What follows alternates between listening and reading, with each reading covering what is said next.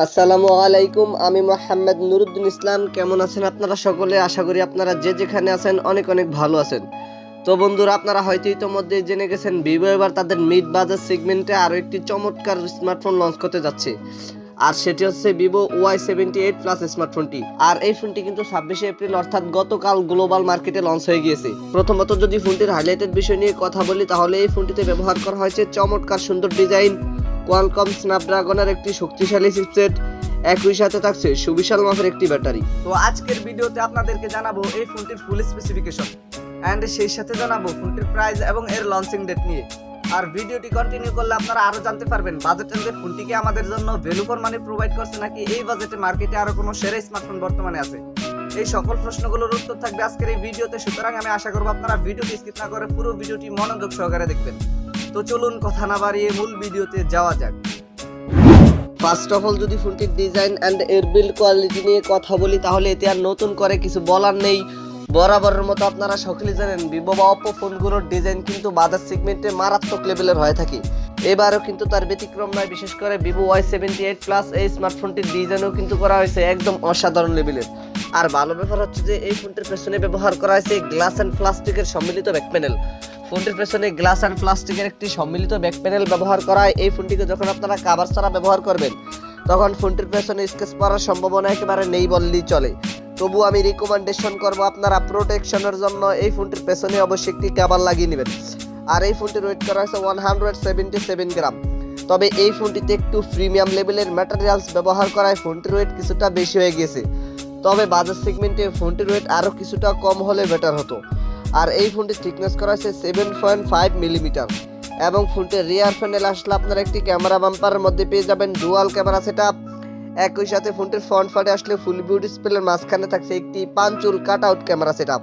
ফোনটিকে আপনারা black, blue and gold এই তিনটি কালারেই পেয়ে যাবেন। তো ফোনটির ডিজাইন নিয়ে বলতে গেলে পার্সোনালি এই ফোনটির ডিজাইন আমার কাছে অনেক ভালো লেগেছে। আপনাদের কাছে ফোনটির ডিজাইন কেমন লেগেছে কমেন্ট করে অবশ্যই জানাবেন।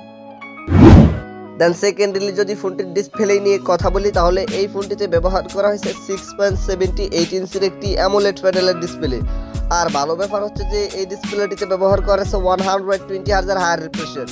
ফোনটির ডিসপ্লেতে 120 হার্জ হায়ার রিফ্রেশ রেট ব্যবহার করায় গেমিং এর সময় ফোনটির এই ডিসপ্লেটি থেকে আপনারা একটি স্মুথ লেভেলের পারফরম্যান্স পেয়ে যাবেন।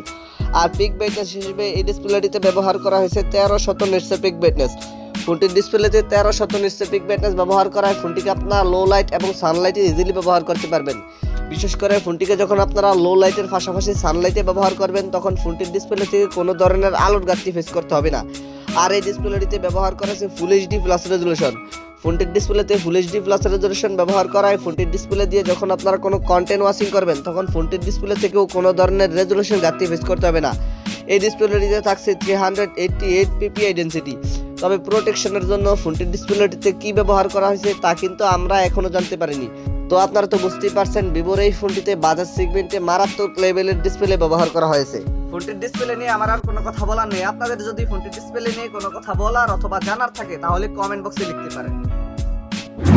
ফোনটির ক্যামেরা সেকশন নিয়ে কথা বলতে গেলে আমি কিন্তু ভিডিওর শুরুতেই বলে দিয়েছি এই ফোনটির রিয়ার প্যানেলে ব্যবহার করা হয়েছে ডুয়াল ক্যামেরা সেটআপ, যার মেইন সেন্সরটি হচ্ছে 50 মেগাপিক্সেলের। সেকেন্ডারিতে থাকছে 2 মেগাপিক্সেলের একটি ডেপথ সেন্সর ক্যামেরা। তবে ফোনটির রিয়ার প্যানেলে ব্যবহার করা হয়নি কোনো ধরনের আল্ট্রাওয়াইড সেন্সর। ফোনটির রিয়ার প্যানেলের 50 মেগাপিক্সেলের লেন্সটি দেখে আমি যতটাই খুশি হয়েছি, এর চেয়েও বেশি আপসেট হয়েছি এটি দেখে যে ফোনটির রিয়ার প্যানেলে আদৌ কোনো ধরনের আল্ট্রাওয়াইড সেন্সর ব্যবহার করা হয়নি। কিন্তু এইরকম বাজার সেগমেন্টের একটি ফোনে অন্তত পক্ষে 2 মেগাপিক্সেল অথবা 8 মেগাপিক্সেলের একটি আল্ট্রাওয়াইড সেন্সর ব্যবহার করা অতীব জরুরি ছিল। ফোনটির রিয়ার ক্যামেরা সেকশন দিয়ে আপনারা সর্বোচ্চ ভিডিও শুট করতে পারছেন 1080p 30fps রেজুলেশন অর্থাৎ ফুল এইচডি প্লাস রেজুলেশনে। আর সেলফিতে আসলে এই ফোনটিতে সেলফি ক্যামেরা হিসেবে ব্যবহার করেছে 8 মেগাপিক্সেলের একটি punch hole cut out camera setup. যেই সেন্সরটি দিয়েও আপনারা সর্বোচ্চ ভিডিও শুট করতে পারছেন 1080p 30fps রেজুলেশনে। ফোনটির পারফরম্যান্স নিয়ে কথা বলতে গেলে এই ফোনটিতে রান করবে Origin OS 3 based on Android 13।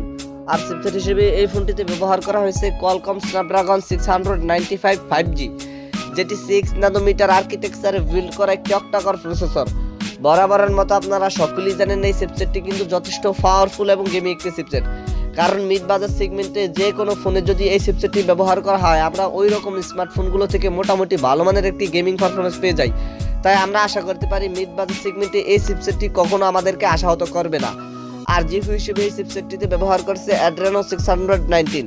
ফোনটিকে আপনারা 8128, 8256 অ্যান্ড 12256 এই তিনটি ভেরিয়েন্টই পেয়ে যাবেন। আর স্টোরেজ টাইপ হিসেবে ফোনটিতে ব্যবহার করা হয়েছে UFS 2.2। তবে ফোনটিতে আপনারা দুইটি সিম কার্ড ব্যবহার করতে পারছেন, কিন্তু আলাদা কোনো মাইক্রো এসডি কার্ড স্লট ব্যবহার করতে পারছেন না। কিন্তু এই ফোনটিতে UFS 2.2 স্টোরেজ ক্যাটাগরি ব্যবহার না করে অন্ততপক্ষে UFS 3.1 স্টোরেজ ক্যাটাগরি ব্যবহার করা অতীব জরুরি ছিল। ফোনটির ব্যাটারি অ্যান্ড এর চার্জার নিয়ে কথা বলতে গেলে এই ফোনটিতে ব্যবহার করা হয়েছে 5000 মিলিঅ্যাম্পিয়ার একটি সুবিশাল মাপের লিথিয়াম পলিমার ব্যাটারি, যাতে ব্যাকআপের জন্য ব্যবহার করেছে 44 ওয়াটের একটি ফাস্ট চার্জার। এছাড়া সিকিউরিটি হিসেবে ফোনটিতে থাকছে আন্ডার ডিসপ্লে ফিঙ্গারপ্রিন্ট। আর ফিচার হিসেবে ফোনটিতে থাকছে audio jack 3.5 Bluetooth 5.0, USB type C 2.0, WiFi 12011, NFC সহকারে থাকছে জিপিএস।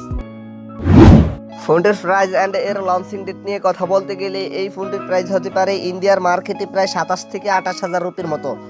আর বাংলাদেশি মার্কেটে এই ফোনটি লঞ্চ হলে বাংলাদেশি মার্কেটে তখন ফোনটির প্রাইস হতে পারে প্রায় 30 থেকে 32 হাজার টাকার মতো। তবে এই ফোনটি কিন্তু 26শে এপ্রিল অর্থাৎ গতকাল গ্লোবাল মার্কেটে লঞ্চ হয়ে গিয়েছে।